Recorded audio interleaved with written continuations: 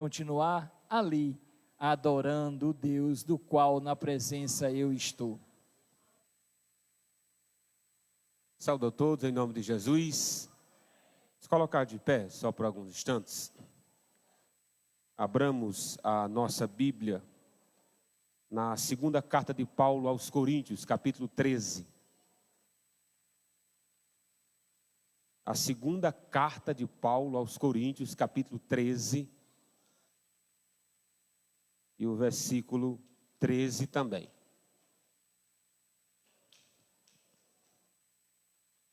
A segunda carta de Paulo aos Coríntios, capítulo 13, e o versículo 13 também. Logo após, convido o irmão Bruno Jefferson para orar por nós, e intercedendo por minha vida e agradecendo a reflexão, a palavra que vamos trazer nessa noite. Segunda carta de Paulo aos Coríntios, capítulo 13, versículo 13, diz assim a palavra do Senhor: a graça do Senhor Jesus Cristo e o amor de Deus nosso Pai e a comunhão do Espírito Santo sejam com todos vocês. Amém?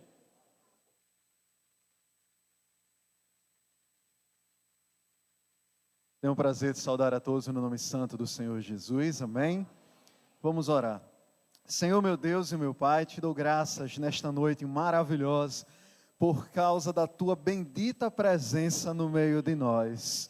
Pai, eu quero te louvar pela vida de cada irmão, cada irmã, cada pessoa amiga que chegou a esta casa de oração e que veio com o coração disposto a ouvir o Senhor falar, como já tens feito em cada oração, na leitura feita, através dos louvores entoados, e certamente continua a falar conosco, através da palavra que vai ser ministrada. Usa o teu servo, usa o teu filho, o pastor Arthur Batista, para que ele possa ser mais uma vez canal do Senhor, trazendo uma palavra que venha diretamente da tua parte, com o propósito de nos edificar nesta noite. Fala conosco, Senhor, tanto os que estão aqui no templo, quanto aqueles que estão acompanhando através da live, porque Tu és Deus de perto e Tu és Deus de longe também. Assim eu te oro e já te agradeço no nome de Jesus. Amém. Amém, glória a Deus. A bênção apostólica, ela acompanha a tradição cristã por centenas de anos, onde nós, ao término dos cultos, geralmente nós impetramos a bênção apostólica, que fala sobre essa tríade do viver cristão. Geralmente eu inicio falando sobre o amor de Deus, em seguida falo sobre a graça do Senhor Jesus Cristo, e nós concluímos falando sobre a comunhão do Espírito Santo. Eu inicio com Deus, o amor de Deus, a graça e o Espírito Santo, porque a minha mente ela trabalha da seguinte forma: é assim que as Escrituras iniciou, né? Deus como Criador, sustentador de todas as coisas, mostrando o seu amor criacional, a partir de Gênesis, durante todo o Antigo Testamento, vemos o Deus Pai se manifestar como um Pai cuidador, zeloso, que separou um povo para si, deu nome a esse povo, deu uma lei a esse povo, deu uma terra para esse povo, que é o povo de Israel, hoje. Logo após o silêncio dos 400 anos de Malaquias ao Evangelho de Mateus, nós temos a chegada de João Batista e a preparação do caminho para a chegada de Jesus Cristo, nosso Senhor e Salvador. É onde nós entendemos que Cristo não mais vai pregar sobre a graça, que existe graça do Antigo Testamento, mas não com tanta clareza em relação ao Novo. Cristo agora é a graça encarnada. Cristo é a própria palavra de Deus encarnada que chegou até nós. Se antes havia alguma obscuridade da parte de Deus, se havia símbolos no Antigo Testamento dos mais diversos possíveis, como a arca, os sacerdotes, a vestimenta e uma série de coisas que apontavam para Deus um dia estar entre nós, aí quando chega Jesus, aí não existe mais símbolos, é a própria pessoa de Deus encarnada e entre nós. E meus irmãos, isso é maravilhoso, porque Deus trabalha assim. Revelou-nos através do Pai todo o projeto que tinha para com a nação de Israel, de salvar, de preservar e levar para os céus. Cristo explica com excelência tudo isso, onde uma série de vezes ele diz, olha, existe uma morada celestial e essa morada é eterna. Ele não falou do céu apenas uma vez, o reino dos céus. Ele falou muitas vezes, alertando-nos, convidando-nos para que participemos desse reino. Mas, irmãos, a eficácia das promessas do Antigo Testamento, das promessas dadas pelo nosso Salvador Jesus Cristo, o que torna real, como essas promessas chegam até nós, como a salvação chega até nós, o que torna verdadeiro todas as promessas de Cristo, é o Espírito Santo. É interessante, né? O Espírito Santo é quem nos vivifica. Você ouve a palavra, mas a sua mente é incapaz de entender. Quem nos traz clareza, quem nos traz revelação, quem nos traz o convencimento é o Espírito Santo. Então Deus tem o projeto de tudo, o Filho pagou esse projeto e o Espírito Santo executa com excelência o projeto de Deus chamado salvação. Então na bênção apostólica nós trazemos o plano de Deus. O plano de Deus é esse para a raça humana. Mas eu tenho algumas perguntas, só tenho 3 perguntas nessa noite, e eu pretendo responder cada uma delas com base na bênção apostólica. A primeira pergunta é, como Deus nos salva? O início da bênção apostólica, na minha tradução, diz assim, a graça do Senhor Jesus Cristo. Meus irmãos, graça é um favor imerecido. Eu acredito que a maioria dos que estão aqui entende muito bem o significado da graça. E eu tenho certeza que nós não temos problema com essa definição. Nós temos problema com a aceitação dessa doutrina. Porque nós queremos lutar pela salvação. Nós queremos conquistar a salvação. E é da nossa natureza o trabalho e o pagamento pelo trabalho. No dia que você trabalhar 30 dias, e no final do mês o patrão chegar para você e dizer assim, eu tenho um favor a fazer para você. Está aqui seu salário. Favor? Que conversa é essa? Eu não trabalhei para que recebesse isso? Como é que você está usando a expressão favor? Pois bem, Deus trabalhou, pagou o preço que não podíamos pagar e gratuitamente ofereceu-nos a sua salvação. O problema é que nós queremos ajudar a Deus, de alguma forma. Senhor, eu estou vendo aí que você fez aí 50%, pode deixar que o rapaz aqui vai fazer os outros 50%. Alto lá, meu jovem. Ou Deus fazia tudo, ou nós estávamos perdidos. É por isso que a expressão é graça, glória a Deus. O salário do pecado é a morte, mas o dom gratuito de Deus é a vida eterna em Cristo Jesus, o nosso Senhor. Tem um pagamento certo, esse não atrasa não. Não é da esfera municipal, não é da esfera estadual, nem federal. Esse pagamento é certo. Todo pecado que se comete o homem tem uma paga. Todo pecado, quer seja 1, quer seja 10, só Deus sabe quantos pecados temos. Deus exigirá o pagamento, porque Ele é o Criador da raça humana e tem direito de reaver a vida de cada um de nós. Ele que criou-nos. E as Escrituras, irmãos, ensinam-nos completamente essa verdade. Mas nós rejeitamos essa verdade também. Pastor, eu posso fazer minha parte para ser salvo. Eu posso completar a minha salvação com as minhas boas obras. E o pior, nós queremos ajudar a Deus na nossa salvação e rejeitamos o pagamento dos nossos pecados. Diz assim, pastor, eu sou pecador, é verdade, mas não sou assim não, irmão. Tem pessoas piores do que eu. O problema, meu querido, que na prestação de contas não é enfileirado, não é coletivo. A prestação de contas é individual. Você prestará contas a Deus por cada pecado seu. Não importa quantos amigos você tenha, quantos filhos você tenha, quantos amigos você convenceu para Cristo, mas é você que prestará conta. Cada um dará conta de si a Deus.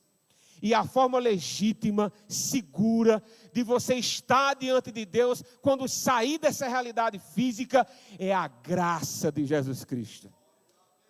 É você entender que Cristo pagou o que você não podia, lavou-nos com o seu sangue e nos tornou merecedores da salvação. Porque sem Jesus não há salvação. Os apóstolos, eles entenderam com tanta clareza essa doutrina básica que Pedro chegou a dizer assim: meu amigo, nem no céu, nem na terra, nem debaixo da terra, tem outro nome que importa pelo qual nós sejamos salvos, a não ser o nome de Jesus. Eles entenderam com excelência de que o caminho que nos leva a Deus é a graça de Jesus Cristo. O pagamento que nos torna merecedores é a graça de Jesus Cristo. E Paulo disse: a graça de Deus se manifestou salvadora a todos os homens. Então isso mostra-nos que tem graça para você também. Tem salvação para você, tem saída para você. O problema é se nós aceitamos a ideia. É se nós aceitamos essa doutrina sem restrição. Pule, meu amigo, nesse mar. Mergulhe em Cristo Jesus sem medo, que sem dúvida tem salvação para você. Porque Ele não se apresenta como uma possibilidade de salvação, Ele se apresenta como o nosso Salvador. Então a forma como Deus nos salva é a sua graça bendita na pessoa do seu Filho. A segunda pergunta que faço: por que Deus nos salva? A bênção apostólica também apresenta-nos a motivação de Deus. O que estava por trás disso? A bênção apostólica diz: e o amor de Deus, nosso Pai. Então, antes de você dizer assim: pastor, Deus, é verdade, Deus prova o seu amor para conosco pelo fato de ter Cristo morrido por nós, sendo nós ainda pecadores. É verdade que Ele nos amou lá no pecado, não há dúvida disso. Mas Ele viu o que eu me tornaria. E Ele falou assim: esse bichinho é feio agora, mas vai ficar tão bonito. Agora eu vou salvar ele, né? Não. A motivação que levou a Deus a salvar-nos não foi o que nos tornaria. Por quê? Porque Deus ama o mundo. E nem todo mundo se converte. Nem todo mundo quer saber de Deus. Nem todo mundo quer servi-lo. E mesmo assim Ele ama cada um de nós. Muitos dos que estão aqui confessam esse amor, professam esse amor e têm sua vida transformada e são amados. Mas há pessoas que são amadas por Deus, rejeitam a Deus, morrem na promiscuidade e também são amadas. Então o amor de Deus não foi em segundas intenções: Ele viria o que eu me tornaria. Não. Ele ama-nos por sermos criaturas suas. Ele ama-nos sem nada em troca. Não há interesse, não há barganha. É um amor legítimo, meus irmãos. É o amor incondicional. É um amor incondicional. Ele não mediu reservas para que esse amor chegasse até nós. E é interessante que a completude da graça é entender a motivação. Porque se você disser assim: pastor, olha o que eu me tornei. Agora eu entendo, rapaz, por que Deus me salvou. Olha a voz que Ele me deu. Agora eu entendo por que Ele me salvou. Olha a inteligência que Ele me deu. Olha como eu sou útil na sua casa. Arrotulado, meu filho. Não vá por esse caminho, não. Esse caminho você destrói a graça. É uma graça barata. A motivação que Deus nos salvou foi o seu amor, glória a Deus. Ele não viu nada em nós, Ele não se interessou em nada pelo qual nós podíamos fazer, porque Ele tem tudo, Ele é autossuficiente, Ele não precisa de nada de nós para que venha completá-lo. Paulo disse isso em Atenas. Os atenienses amavam a religiosidade, amavam fazer favores a Deus, para aplacar a ira de Deus. Aí Paulo olha para os atenienses e diz: eu apresento Deus desconhecido a vocês. E esse Deus não pode ser servido por mãos humanas. E nada do que nós oferecemos, Ele já não tenha. Bendito seja o nome do Senhor. Então você não olha para esse amor e diz: eu vou compensar esse amor. Eu vou fazer por onde merecer esse amor. Você não precisa fazer nada. Ele já nos ama incondicionalmente. E a bênção apostólica lembra disso. E o apóstolo João, naquela conversa particular que nos foi publicada, de Jesus e Nicodemos, Jesus disse a Nicodemos: Deus amou o mundo de tal maneira que deu o seu Filho unigênito, para que todo aquele que nele crê não pereça, mas tenha a vida eterna. Nicodemos pode ter dito assim: como é que ele vai dar esse filho? Que amor é esse que vai ser provado? Nicodemos não fazia ideia do que estava por vir. Mas veio a crucificação de Jesus, veio a humilhação de Jesus, foi a parte mais baixa que o Filho de Deus chegou, e a motivação de tudo aquilo foi amor. Meus irmãos, ou eu entendo quão precioso é esse amor de Deus para com cada um de nós, ou a nossa vida não faz sentido algum. Ou desfrutarmos de tudo isso não faz sentido algum. Então há uma graça de Deus em salvar-nos, favor imerecido. Há uma motivação legítima que foi um amor, não tem barganha nenhuma em Deus. A motivação foi amor. Mas irmãos, a bênção apostólica não termina em amor. A bênção apostólica é a terceira e última pergunta que eu quero responder com a bênção apostólica. Para que Deus nos salvou? Como? Pela graça. A motivação, o amor. Mas para que Deus nos salvou? Eu acredito que a resposta comum é nos levar para o céu. Tem um estudo bíblico que eu ministro para os novos convertidos, discipulado. Aí a conclusão, quando chega nessa parte da salvação, eu memorizei porque eu achei fantástico. Se o único motivo que Deus nos salva é levar para o céu, por que no dia que você aceitou Jesus, você não morreu? Vai levar para o céu. Entreguei minha vida a Jesus. Aí Deus, pá, mata, leva. Entreguei, eu quero Jesus, pá, mata também. Se o propósito de Deus é levar-nos para o céu, único e exclusivamente, por que no dia que você disse, eu aceito, pá, não morreu? Porque, meus irmãos, tem uma trajetória até lá. E essa trajetória não é para ser vivida de qualquer jeito. A bênção apostólica diz, e a comunhão do Espírito Santo seja com todos vós. Uma salvação isolada não é salvação. Um membro desconectado do corpo, ele apodrece e morre. A bênção apostólica fecha o circo.